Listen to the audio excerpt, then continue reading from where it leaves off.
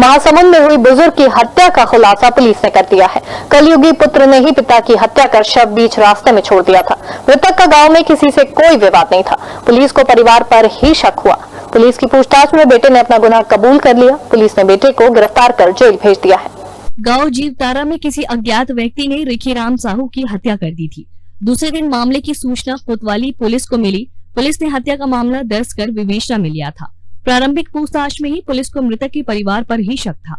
जिस जगह रिखीराम साहू की लाश मिली थी उससे कुछ कदम की दूरी पर ही मृतक का बेटा डालेश्वर और आरोपी छोटा बेटा चंदेश्वर उर्फ चंदू का घर था। घटना के दिन मृतक को अपने परिवार के लोगों के साथ गाली गलौज करते देखा गया था। ग्रामीणों ने पुलिस को जानकारी दी थी कि मृतक व्यवहार से सज्जन था। गांव में किसी से कोई विवाद नहीं था। पत्नी और पुत्रों से ही उसकी लड़ाई होती थी। पुलिस ने मृतक के बेटों से कड़ाई से पूछताछ की तो मृतक के छोटे बेटे ने हत्या करना कबूल कर लिया है। पुलिस ने पुत्र को गिरफ्तार कर लिया है।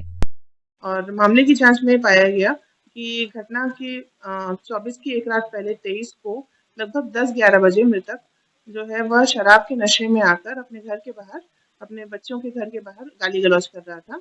इसी दौरान उसका छोटा बेटा जो चंदेश्वर साहू उर्फ चंदू ये बाहर आया और उसका बड़ा बेटा है वो भी दोगेश्वर साहू है, वो भी पड़ोस में रहता था, वो भी बाहर आया और इसके दोनों बच्चों का वाद विवाद होने लगा और बात ज्यादा बढ़ गई।